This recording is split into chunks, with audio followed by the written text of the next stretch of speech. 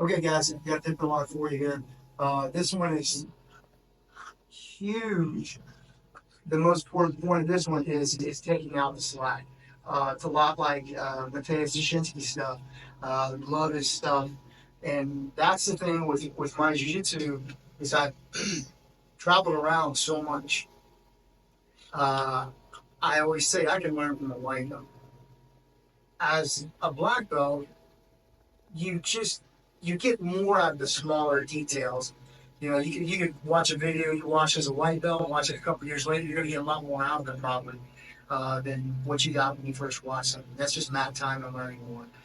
But I have been blessed with being able to train in a lot of different schools, and I just take little bits and pieces from people, from techniques, so that I can try to make my jiu-jitsu as efficient as possible. 53 after several surgeries on my knees, my back. I don't have the strength I used to have. I don't have the speed I used to have. So I'm looking for the most efficient jujitsu that I can possibly find. And so I'll steal from anybody. So anyway, with this particular look, coming in, all right, again, my arm, I always want to deep grip. With my deep grip and my foot placed here, I'm going to be able to now I take a different type of grip than I've done before.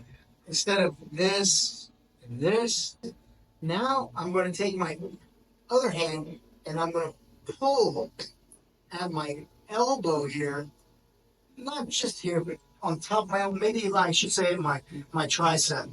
And I'm going to pull my arm across. As I'm pulling my arm across, it makes a lot of pressure on his ankle. I've got his ankle on my ribs.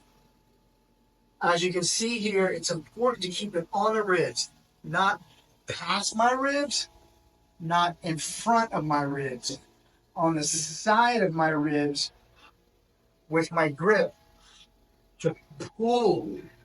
My ribs are like a wall, so that I have a wedge on the inside against his ankle, and I have a wedge on the outside, which is my arm. So the tighter I can make these wedges, it's like cutting his foot. I always want wedges on opposite sides to make everything tight, which is on his leg. Pull it across. I'm now going to use my feet. I can keep. I want to keep this leg here, but the bottom one. A lot of times, if they're really sweaty, it's going to be tough to pull myself away.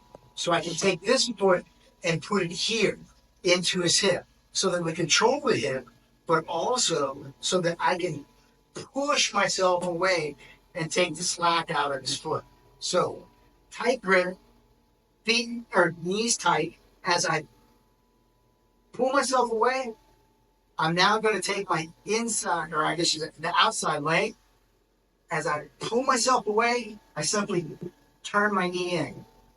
So as I turn my knee in, I'm looking over my shoulder. So we're going to have this motion on his leg. My knee is turning it this way, but I'm going to take with my body his foot this way. You got a lot more movement this way than you do this way. So if I push his knee inward, his foot wants to go that way, but I'm taking his foot this way. Kind of like a heel hook, but it's not a heel hook. Pull across. Pull myself away as I turn in and look back. Very little movement. You think about twisting, it's not turning this way. It's not straight. It's not like this. It's almost like turn. See my elbow? It's like it's turning this way. It's not just straight. Turning my body this way. It's curving it. Like maybe a half moon movement. with my body. Here, here. Push, turn in.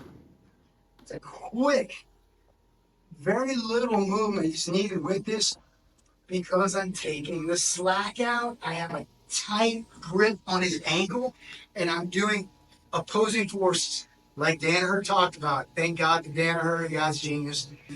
Opposing forces. So I'm pushing his knee inward, but I'm taking his foot outward.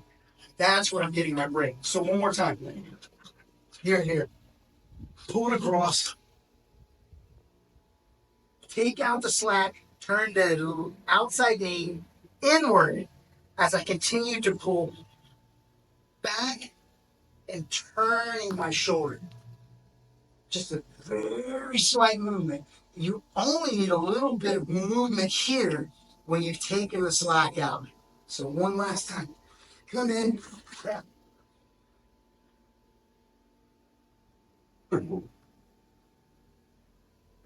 Keep the knees tight.